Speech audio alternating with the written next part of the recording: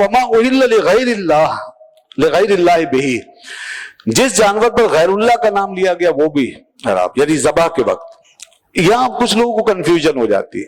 अब नियाज फातिहा के लिए जानवर खरीदा, वो समझते हैं गैर अल्लाह का नाम ले लिया।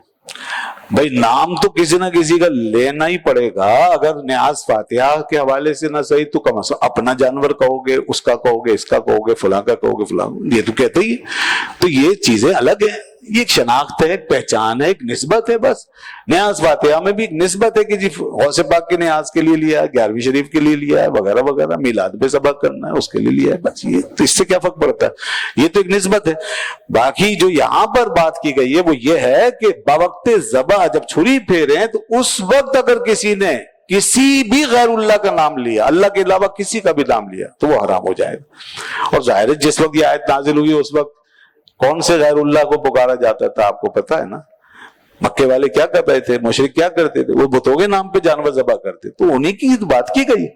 11वीं और 12वीं का जिक्र तो बाद में आया है उम्मत के अंदर, तो इसलिए इस आयत का मतलब वही है जो मक्के में होता था, और वो इस तरह ज़बह करते थे, जैसे बिस्मिल्लाह व बिस्मिल उज़्ज़ा, इस तरह, यानी लात के नाम पर और उज़्ज़ा के नाम पर, ये हराम है।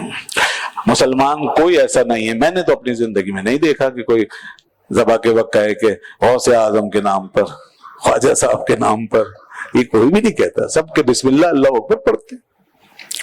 उसके बाद फरमाया कि वल मुनखनिका, तो ऐसे हलाल जानवरों में वो जानवर भी हराम हो जाएगा जिसका गला घुट जाए, गला घुट जाए, मर जाए। जैसे बीमारी में बाज बीमारियां ऐसी होती है जानवर का सांस बंद हो जाता है, गला बंद हो जाता है, तो वो अगर बगैर आपने ज़बह किए छोड़ दिया और मर गया तो हराम हो जाएगा।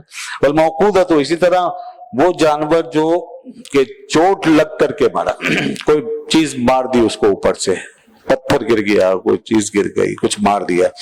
इसलिए जो बाहर जो ज़बह करते मशीनी ज़बीहा जो होता है, तो उसमें हमें जहां तक मालूमात हुई है वो ये है कि वो बाकायदा कटर होता है, जानवर को उस कटर के सामने खड़ा कर दिया जाता है, फिर वो बटन दबा देते हैं, उस पर बिस्मिल्लाह पढ़ लें, बस वो काट देगा, तो ठीक है, ज़बह हो गया वो।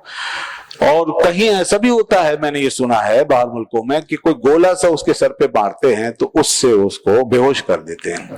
देखिए अगर बेहोश किया है तो फिर तो जानवर हलाल रहेगा, उसके बाद ज़बह हो जाएगा। लेकिन अगर वो मर गया, उसकी ज़र्ब से ऊपर से मारा और वो मर गया, तो फिर हराम हो जाएगा।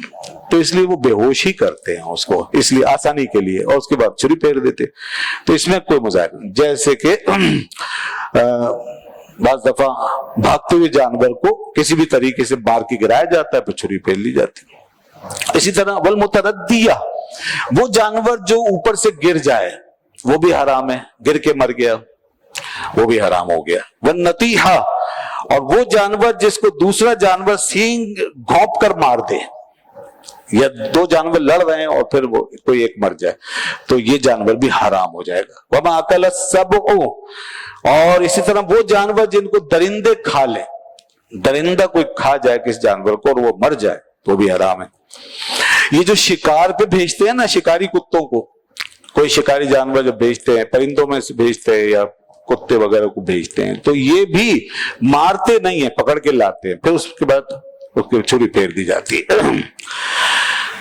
तो उसके बाद इल्ला दक्कई, तो फरमाया मगर ये जानवर जो अभी बताए हैं ये हलाल हो सकते हैं कब, जबकि तुम मरने से पहले इनके ऊपर छुरी फेर दो, अल्लाह का नाम लेके छुरी फेर दो, तो फिर ये हलाल हो जाएंगे। मा दक्कई तुम। और इसी तरह और मजीद बताया, हराम की लिस्ट आगे मजीद फराम फरमाई, इरशाद फरमाया वमा ज़ुबिहा अला नुसब, और नुसब पर जो ज़बह किए जाते हैं जानवर वो भी हराम है। अब ये भी उस वक्त होता था ये काम, 360 बुत रखे हुए थे, ये बुतों के नाम है नुसब। नुसब यानी खड़ा हुआ, खड़ी हुई चीज, ऐसे खड़े हुए रहते थे, वो नसीब की जमा है नुसब, खड़ी हुई चीज। तो वो बुत जो थे उनके सामने कुछ जगह बनाई हुई होती थी, वहां उनके सामने लाकर जानवरों को ज़बह करते थे मक्के के काफिर मुशरिक, और उससे ये नियत करते थे कि हम इन बुतों का, अपने खुदाओं का कुर्ब चाहते हैं। तो ये बिल्कुल हराम है, शिरक है, कोई इस तरह अगर करी बिल्कुल कुफर शिरक, तो ये भी हराम है, ऐसे जानवर हराम हो गए।